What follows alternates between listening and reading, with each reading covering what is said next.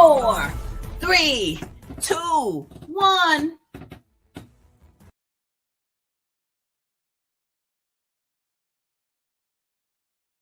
Hello, and welcome to another edition of J.E.D.I Lunch Break Live. This is Justice, Equity, and Inclusion Strategies in 15 minutes or less. Let me just tell you, I'm always so excited to be doing these. Let me just thank all of you who are loyal watchers and sharers of this content.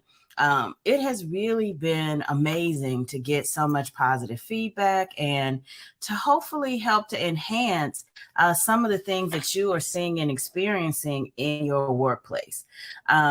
We have talked about already so many diverse issues, dealt with everything from just the simple defining of what justice, diversity, equity, and inclusion are. We have talked about what acronyms we should use. We looked at and talked about from a hiring standpoint, choosing the best candidate and recognizing that the best candidate and the diverse candidate can be the same and usually are the same people. Because we're really just looking for top talent. We've talked about the disparities in this very polarizing environment that we work and live, and that even amongst our government between federal and state, we're getting very conflicting advice about what to do in the equity, diversity, and inclusion space. And then we've also dealt with just hiring and recruitment, some key tools that you can use to not only find but retain key staff. That one thing that I get asked a lot is, how do you know when you need a DEI consultant? And I will answer this question of how do you know, in two parts. The first part I want to share is, you need an outside consultant, and in the same way you need a consultant in any area. You need a consultant when your team, your organization lacks the competencies to either assess, develop, or implement diversity, equity, and inclusion strategies that are supporting your mission and goals. And so for me, just like any other workplace strategy, diversity, equity, inclusion must, this is a mandatory statement, must be connected to the mission and goals of your company, your organization, or your institution. They cannot be separate. They must be aligned. Today's topic is really going to be about myth busting. And one of those myths that we have is that when we talk about justice, equity, diversity, inclusion, or DEI, or IDEA, or DEIB, which is diversity, equity, inclusion, belonging, whichever letters work best for you. When we talk about that, so frequently people want to boil that down to only being about a person's race. Well, here's the myth buster. Justice, equity, diversity, inclusion is not only about race. Justice, equity, diversity, and inclusion is about a recognition that all people show up in a way that allows them to bring all the ways that they are and that they live and that they exist to the table. But it also is a fundamental acknowledgement that all of the ways in which we can show up in our various identities, that in some of those places and spaces, those identities are marginalized. And that marginalization occurs because of a systemic barrier or norm that we need to address. Today's question. In the last few years, we've done a good job of recruiting and hiring more diverse staff, but we have a hard time retaining them. How can we improve retention? And a secondary question is, how can we improve recruiting? So I'm going to start with the recruitment part first. And I would say, first, when you think about recruitment, let's start with I'm going to give you three core tips here. Tip number one, leverage your existing staff and their networks. What does that mean? Well, basically, what that means is that you have staff that already work for you. And we do not live in a bubble by ourselves. So it is very likely that they have networks and know people that by yourself as an HR department or as a staff acquisition team, you may not be able to tap. So start by figuring out a concrete program that leverages your staff that you already have. Whether it is utilizing their alumni networks from schools, whether it's utilizing their association networks or maybe even their community or social activities. Heck, let's be honest, even their faith activities. There is no wrong place to offer someone a job, and so really you can go and be anywhere, and you really should think quite broadly and quite expansively about where you recruit. At the same time, one of the reasons I love the leveraging your existing staff is because it also gives you a chance to engage your staff in building the workforce with you.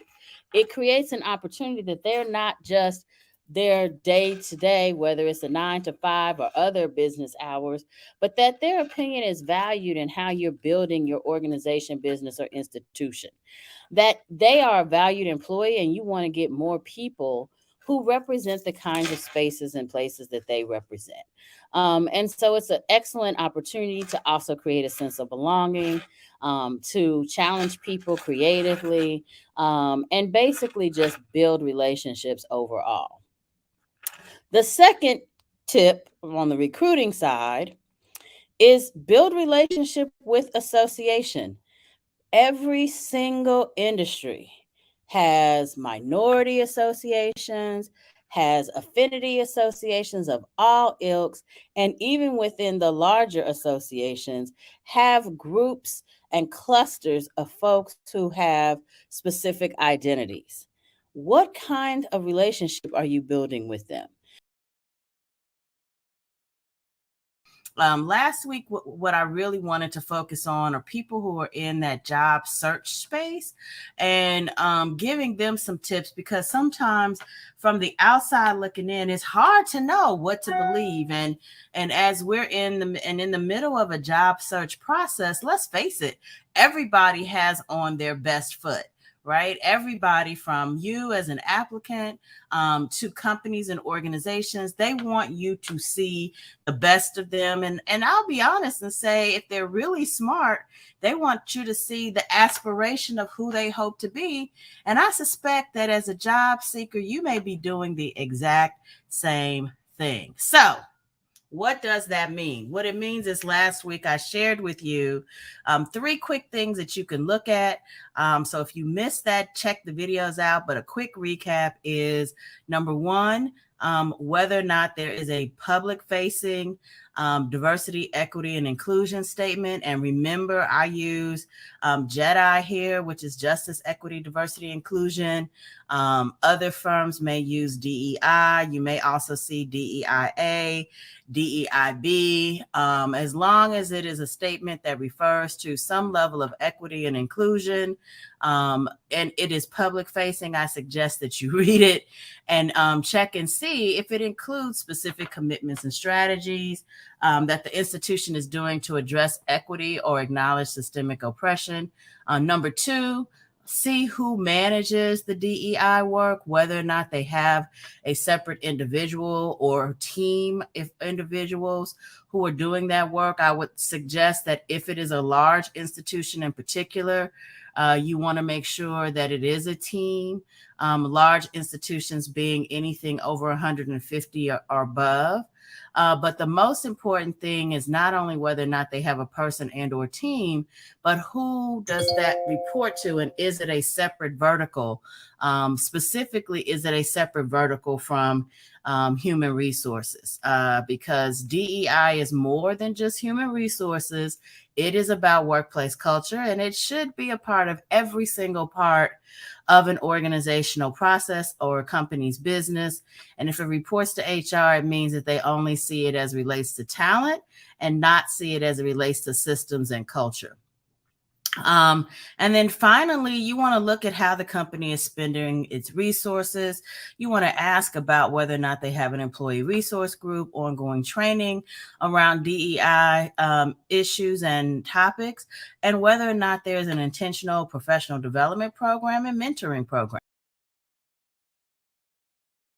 I think a lot of people actually have this question and get asked this question, which really has to do with, I am one of the only maybe queer person, only Black person, only Latino, Latina, only whatever it is that you find yourself the only or maybe just a handful of.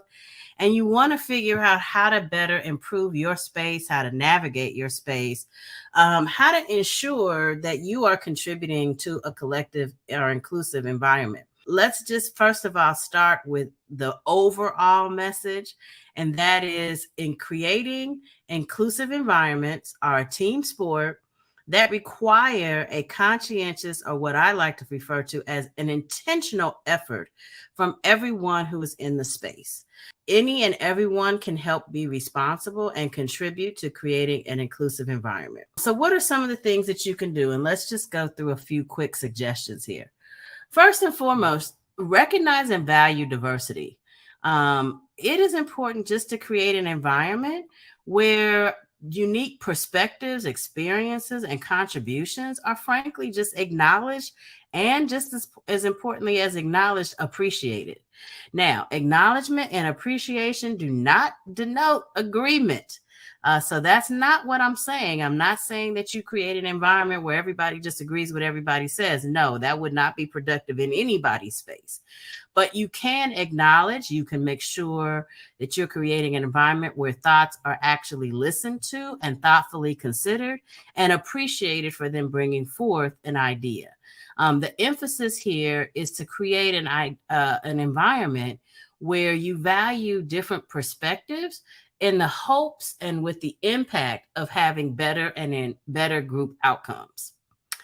Another thing, set expectations. Listen, if you all, I know many of you who have worked with me and who maybe listen to me on this StreamYard know that I am a big, huge fan of Stephen Covey's speed of trust. And one of the most important behaviors that he talks about in the speed of trust is setting clear expectations.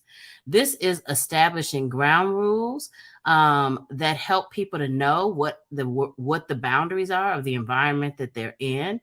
It encourages active listening and being mindful of our language and our biases and avoiding making assumptions. When you understand where you are and what's expected of you, it promotes inclusivity, respect, and a space that creates open dialogue. And in the meantime, for more tidbits and information, be sure to follow us, like us, join us, share with us, do all the things on our social media channels. And don't forget, if you have a question, you can always reach out to me at J.E.D.I at holidayadvisors.com. That's J.E.D.I, J-E-D-I, at holidayadvisors.com. Until then.